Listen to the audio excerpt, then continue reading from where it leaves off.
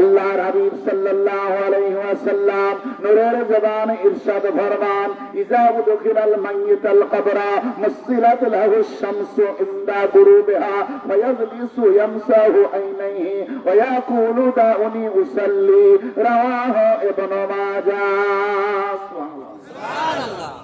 বেশি সময় কষ্ট দেব না, অল্প সময় কথা বলতে পারছেন। জি, আল্লাহর হাবিব সাল্লাল্লাহু আলাইহি ওয়াসাল্লাম বলেন নূরের জবানে যে যখন কোন ব্যক্তি মারা যায় মৃত ব্যক্তিকে কবরে রেখে দেওয়া হয়, সে যদি ইমানদার হয়, সুবহানাল্লাহ বলেন, ইমানদারকে যখন কবরে রাখা হয় আল্লাহর হাবিব সাল্লাল্লাহু আলাইহি ওয়াসাল্লাম বলেন ইমানদারকে কবরে রাখার সঙ্গে সঙ্গে তার অবস্থা এরকম হয়ে যায়, আসরের পরে মাগরিবের পূর্বে, বাদাল আসরে ক্বাবলাল মাগরিব, আসরের পরে মাগরিবের পূর্বে পশ্চিম আকাশে যে সূর্যর আভা দেখা যায়, পশ্চিম আকাশে যে সূর্যের দৃশ্য দেখা যায়, ওই রকম মনোরম পরিবেশ আল্লাহ তাবারক ওয়া তাআলা ইমানদার ব্যক্তির কবরের মধ্যে করে দেয়।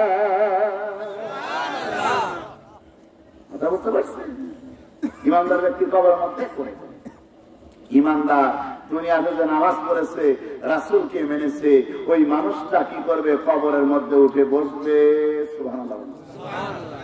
ফায়াজলিসু ওয়া ইয়ামসাহু আইনাইহি, আল্লাহর হাবিব বলেন কবরের মধ্যে উঠে বসবে এবং কি করবে? তার দুইটা চক্ষু মুছতে থাকবে। বাবারে, আমরা ঘুম থেকে উঠি না, বরাবর চোখে একটু টলি না, কথা বল না কেন? হ্যাঁ, আর ইমানদার ব্যক্তি কবরেও রাখলো, আসরের সময় হয়ে গেল, ধরে কন্যা আরে চোখ মুছে মুছে উঠবে আর বলবে দাউনি উসাল্লি, আমার নামাজের ব্যবস্থাটা করে দাও, আমি মাগরিবের নামাজ পড়ব। সুবহানাল্লাহ দিয়ে বলেন।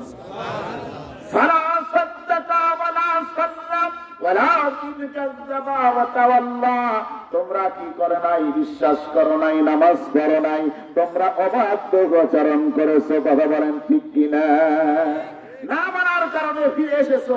কবরের মধ্যে যখন যাবে তখন তোমাদেরকে ফেরেশতারা ওয়ালা তাওয়াইতা ওয়ালা দারাইতা, কথা বলেন ঠিক কিনা? তোমরা বুখারী শরীফের হাসিয়ার মধ্যে আছে, মুকুট দিয়ে তখন ফেরেশতারা পিটাতে থাকবে। বলা কি আমার বুঝতে পারছে? হ্যাঁ, আর ইমানদার যদি হন, দুনিয়াতে নামাজ অরিজিনাল নামাজ যদি পড়েন, তাহলে আসলে হাকিকাতে সালাত আদায় করেন, কবরের মধ্যে যাওয়ার সঙ্গে সঙ্গে বলবে আমার নামাজের ব্যবস্থা করে দাও, আমি নামাজ পড়বো। সুবহানাল্লাহ। বাবা, নামাজ পড়বে ইমানদাররা কবরের মধ্যে। এই জন্য যারা আল্লাহর ওলি তারাও কবরের মধ্যে শহীদদের মতো জিন্দা। সুবহানাল্লাহ।